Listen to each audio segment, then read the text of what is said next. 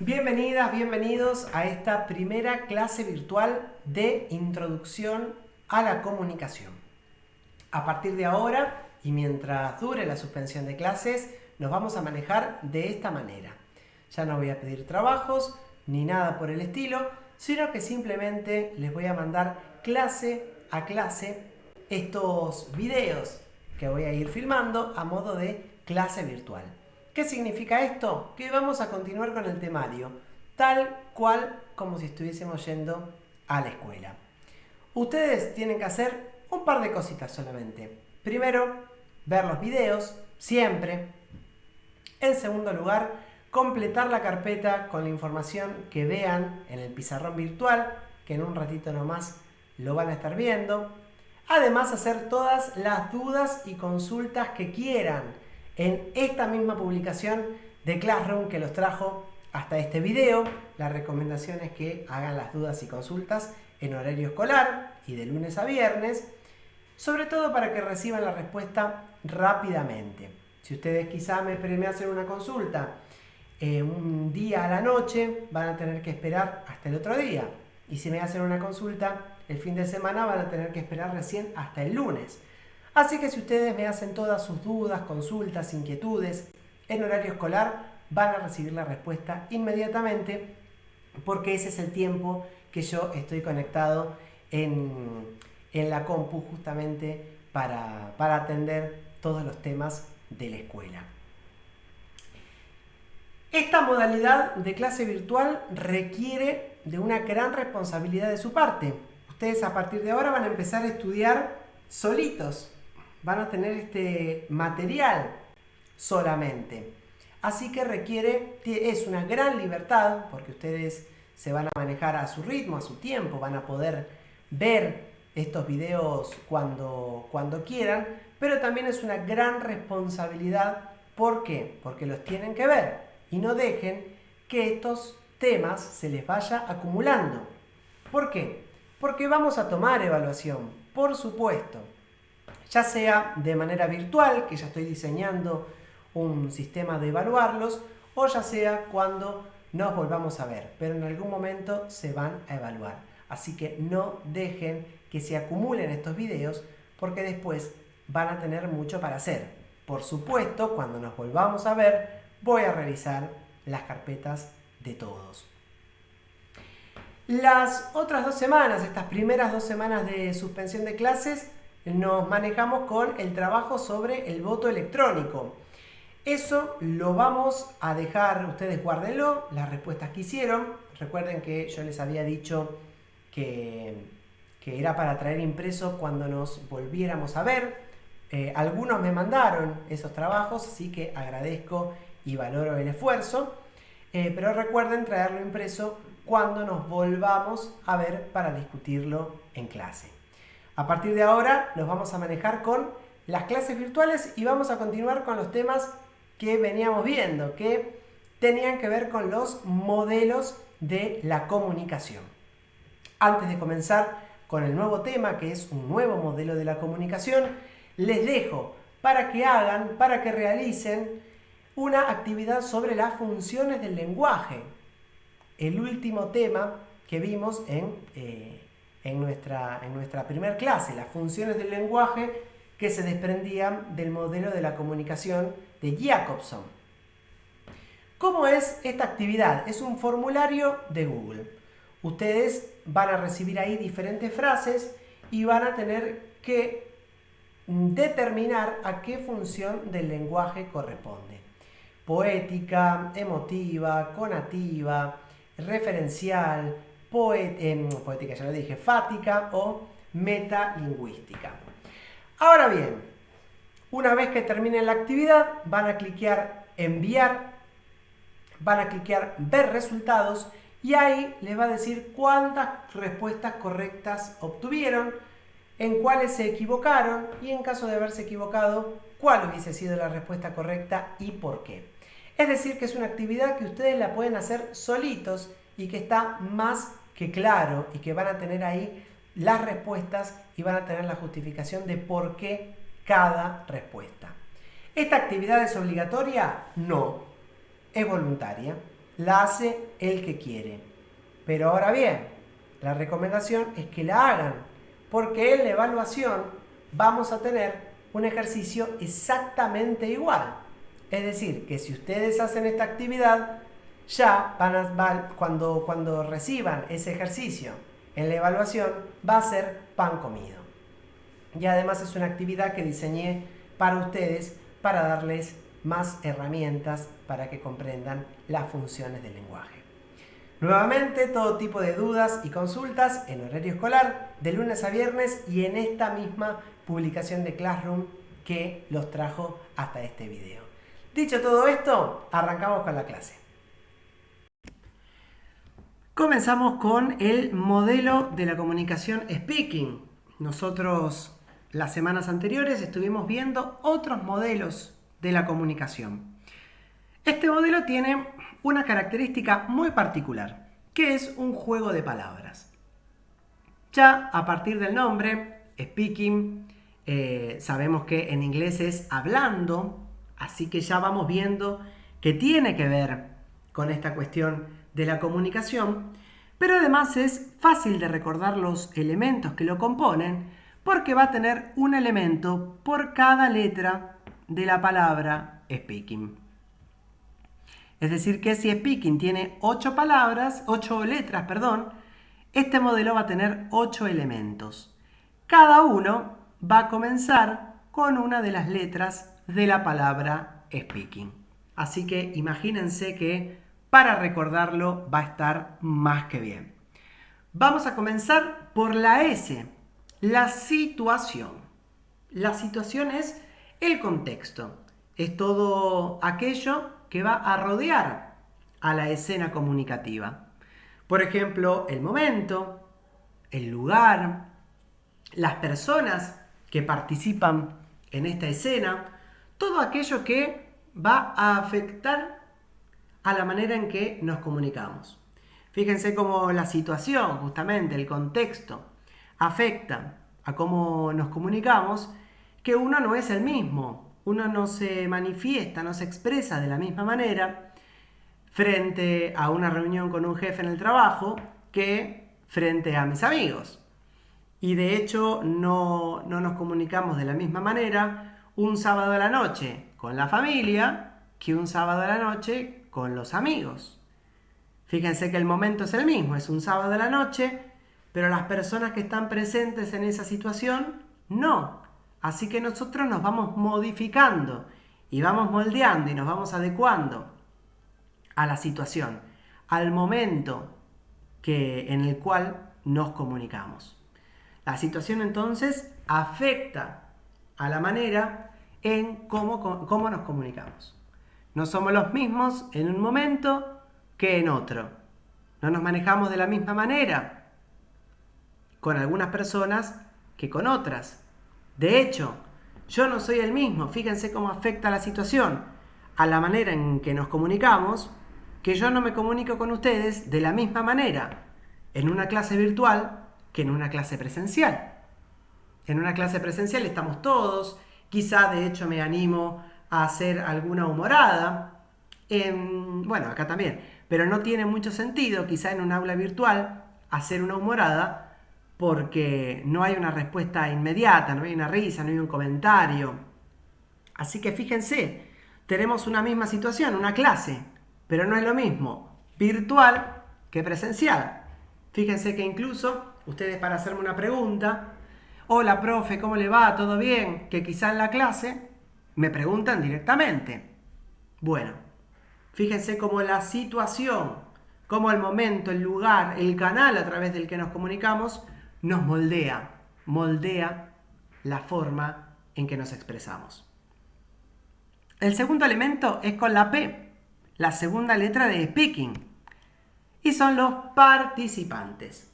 Recuerdan que en los modelos anteriores que vimos nos referíamos a emisores y receptores. Bien, fíjense que en este modelo de la comunicación ya no está más esta cuestión de emisores y receptores. Se concibe la idea de participantes. ¿Por qué? Porque todos somos emisores y receptores alternadamente y simultáneamente. Ya esta idea de que hay un emisor y un receptor de manera estanca, de manera estable, de manera inamovible, ya no cabe dentro de este modelo de la comunicación. Ya empezamos a hablar entonces de participantes, porque todos somos emisores y receptores y ese rol se va alternando constantemente. Entonces tenemos dos tipos de participantes. Tenemos los participantes activos, que son justamente los que intervienen intensamente en la escena. A mí me gusta poner el ejemplo de una cena navideña en el patio de una casa. Los participantes activos son todos aquellos que están participando activamente, intensamente. Hablan, intercambian, gritamos, nos hablamos con unos, nos hablamos con otros.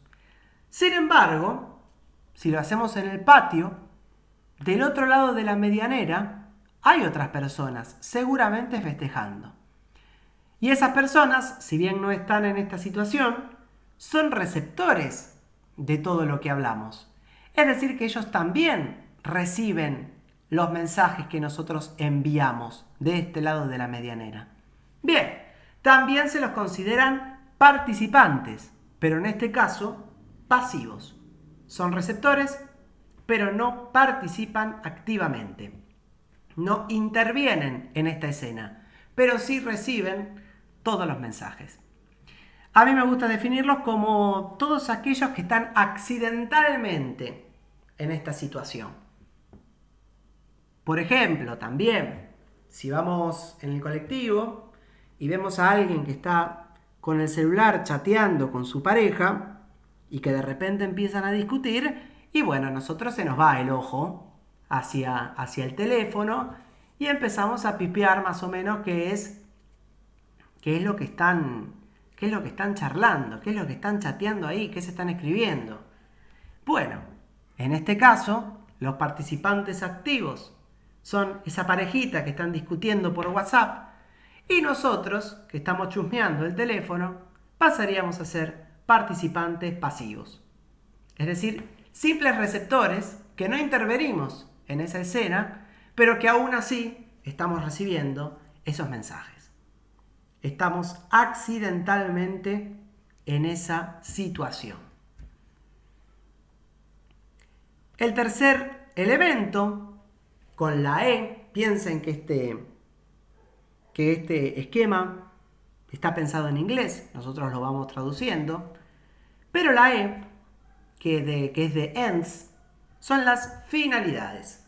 Ends lo podríamos traducir como finalidades, como los objetivos con los cuales encaramos una situación comunicativa.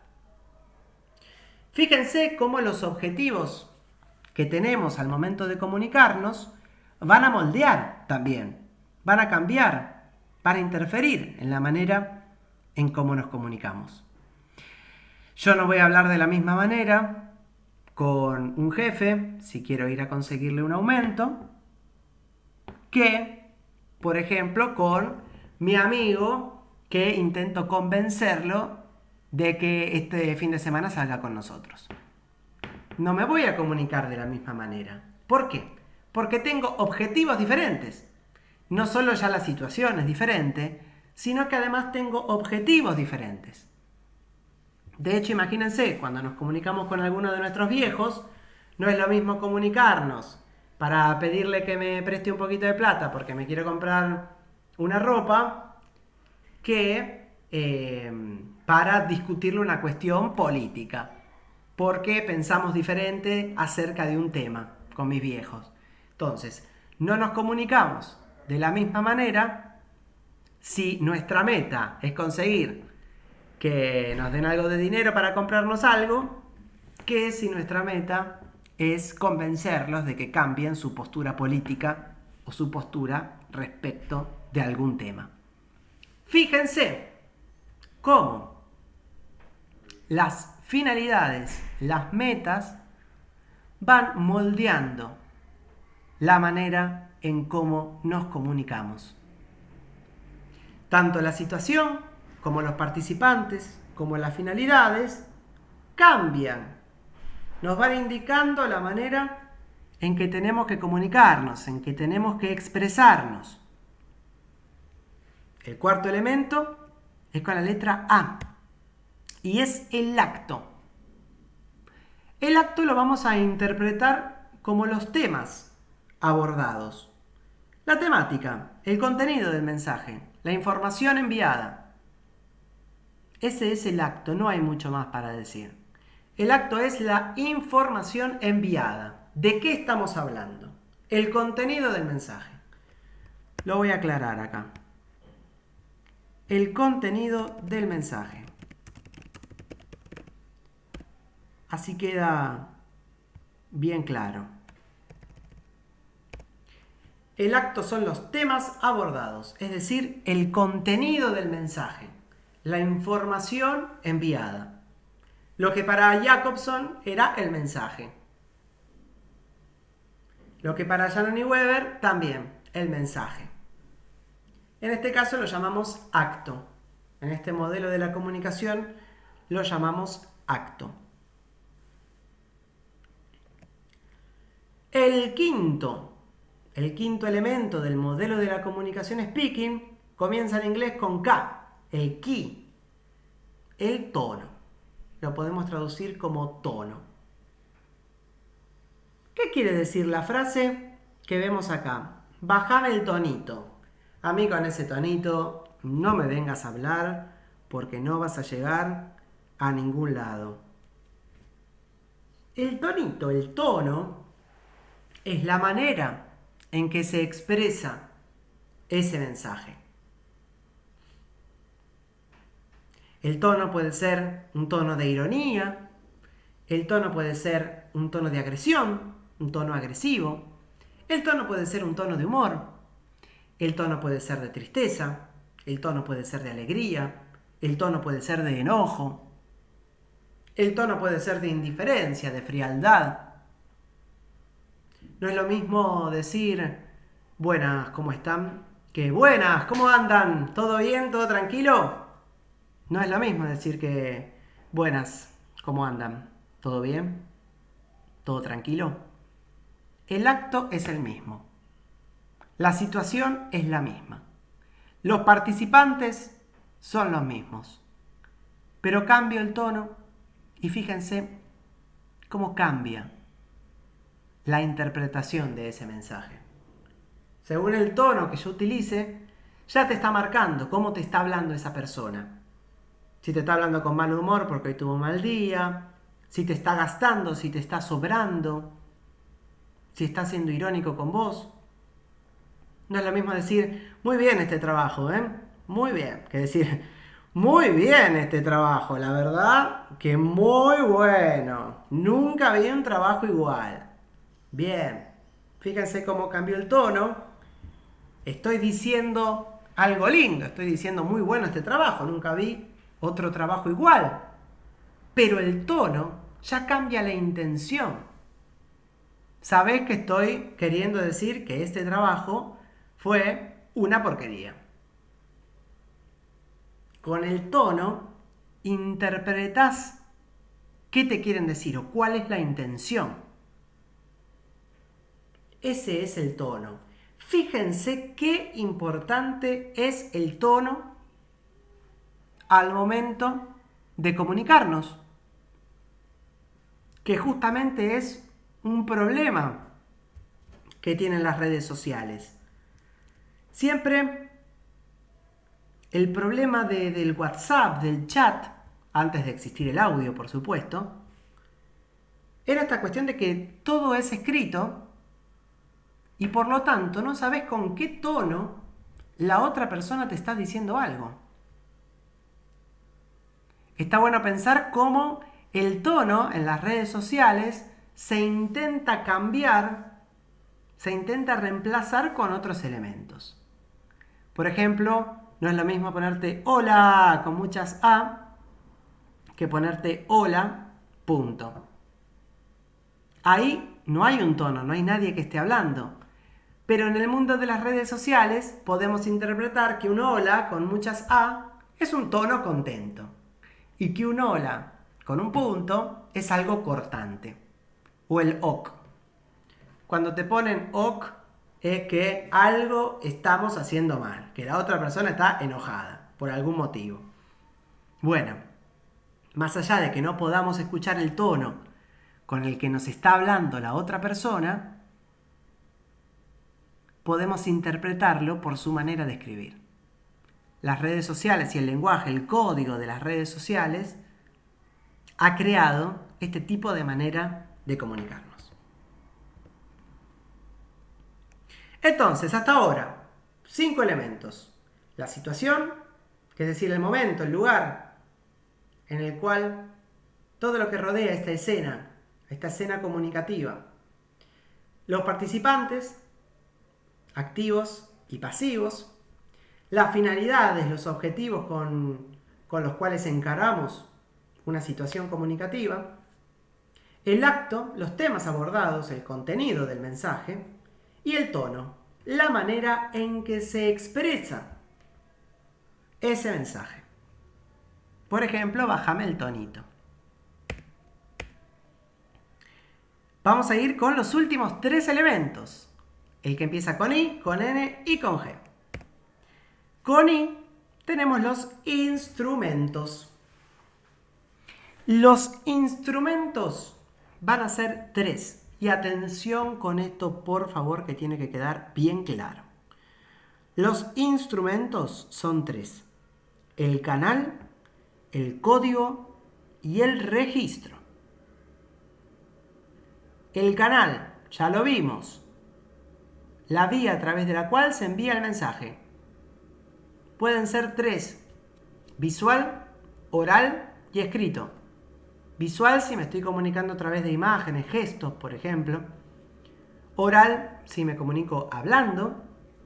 Y escrito si la comunicación se da justamente por una vía escrita, a través de la escritura.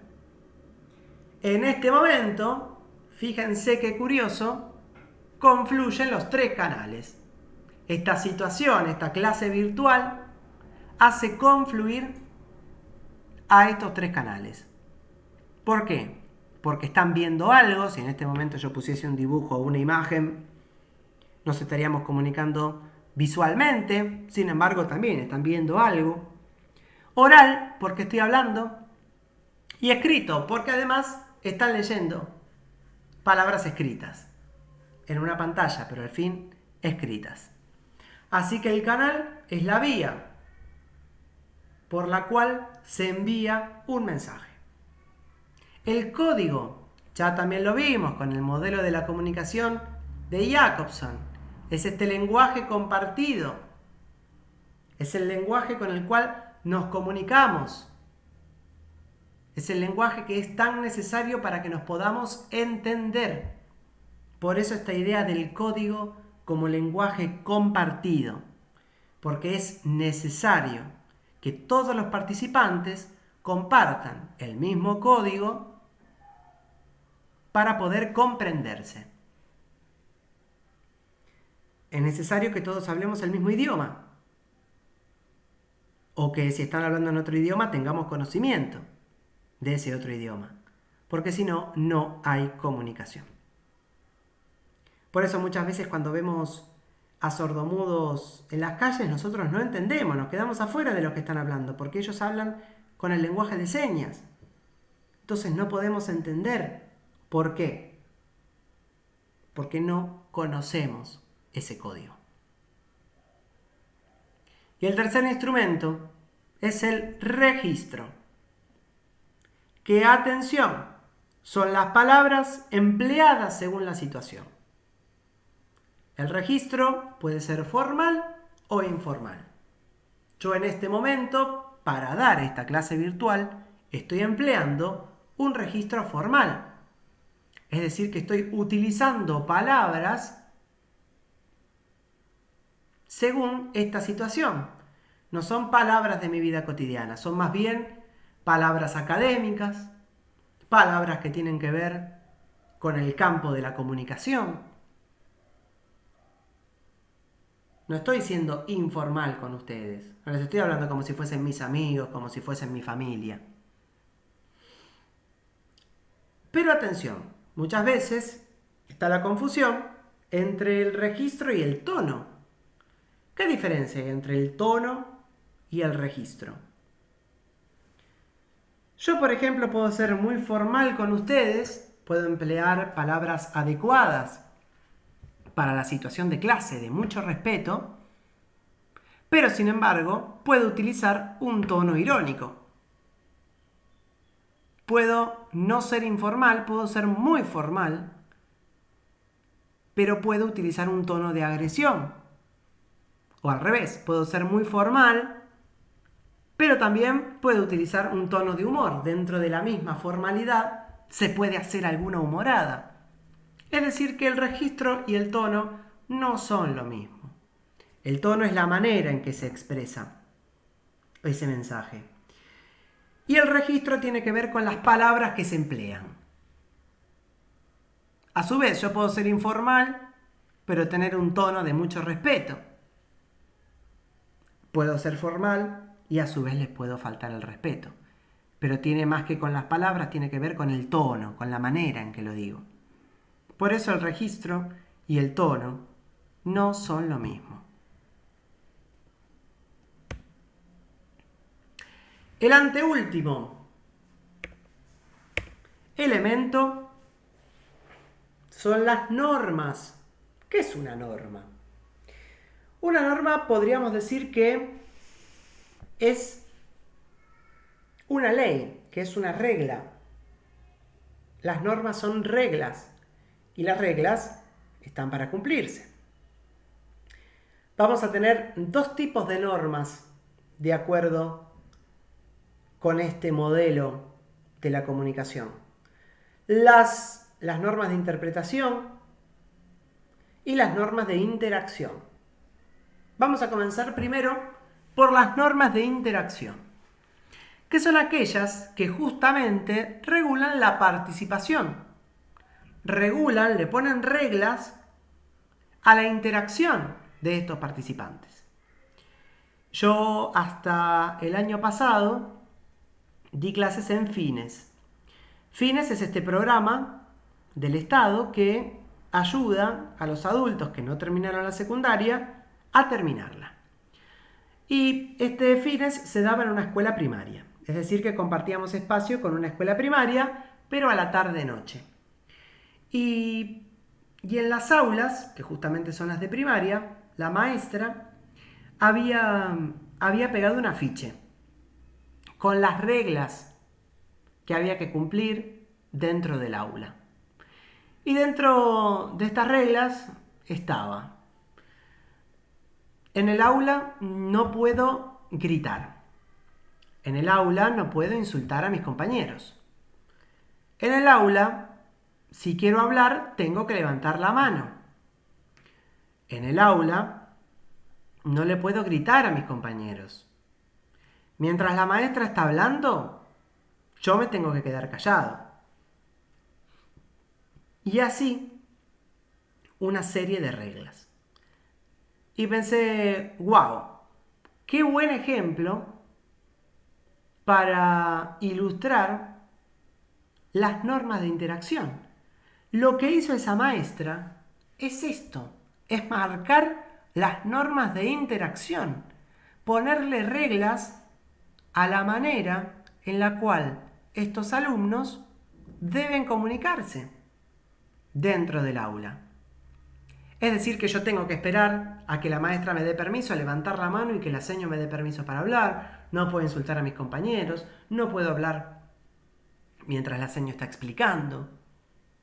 Fíjense cómo dentro del aula, más allá de que esta seño lo puso por escrito, pero estas son más o menos las reglas que tenemos todos para manejarnos, para participar en una situación de clase. Ahora bien, en el Congreso, por ejemplo, ocurre lo mismo. Hay reglas para interactuar, no hablan todos al mismo tiempo. Hay una lista de oradores, el presidente de la Cámara debe dar la palabra, para que otra persona hable. Entonces nos damos cuenta que en cada una de las situaciones de nuestra vida en las cuales nos comunicamos, tenemos reglas de interacción. No participamos de la misma manera. El diputado no participa de la misma manera en el Congreso que en su casa. ¿Qué normas de interacción tenemos en la cena, en una cena familiar de todos los días, no un cumpleaños, de todos los días? Por ejemplo, alguna vez me contaron que las reglas en la cena de la familia de un alumno eran que se prendía la tele y nadie hablaba. Porque a esa hora está la novela y todos estaban enganchados con la novela. Y si hablabas era un escándalo porque había que dejar escuchar la novela. Fíjense, ahí también, incluso dentro de la familia, hay normas de interacción, hay reglas para participar. Se sabe que en la cena nadie habla porque es la hora de la novela.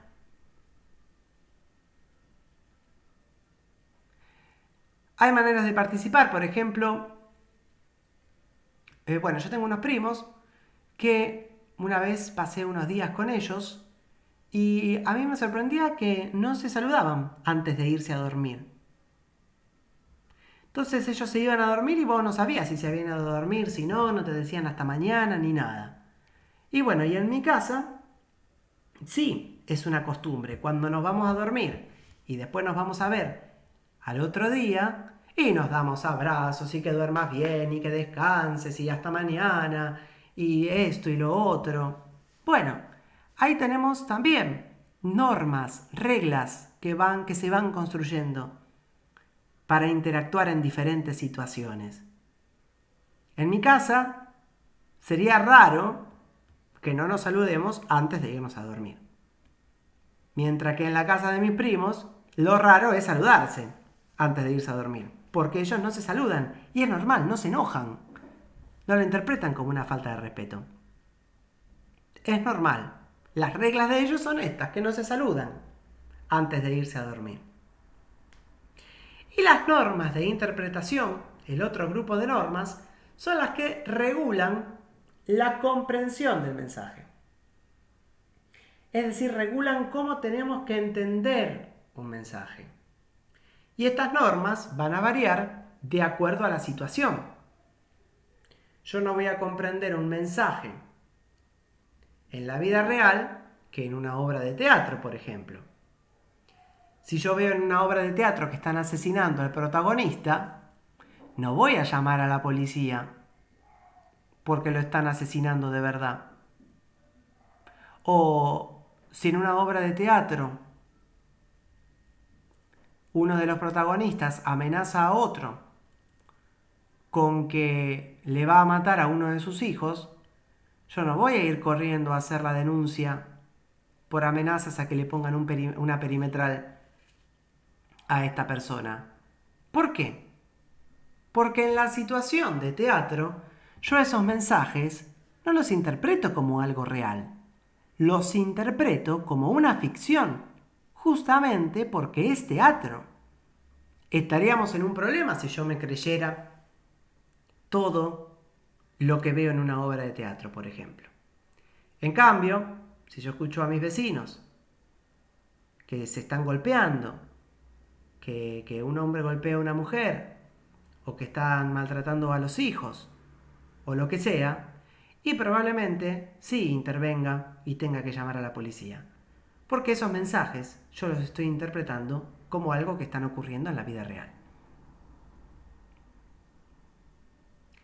Es decir, que también hay reglas para comprender los mensajes. Hay momentos en que un mismo mensaje lo interpreto de una manera o de otra. Fíjense esta situación de amenaza. Si lo escucho de mis vecinos, llamo a la policía.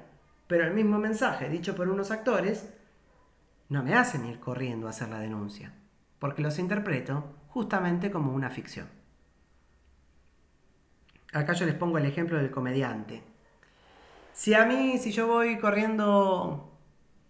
caminando por la calle y pasa alguien y me dice gordo pelado, y probablemente yo me enoje. Porque alguien desconocido, porque me puede llegar a enojar que alguien desconocido esté haciendo un comentario burlón sobre mi apariencia física.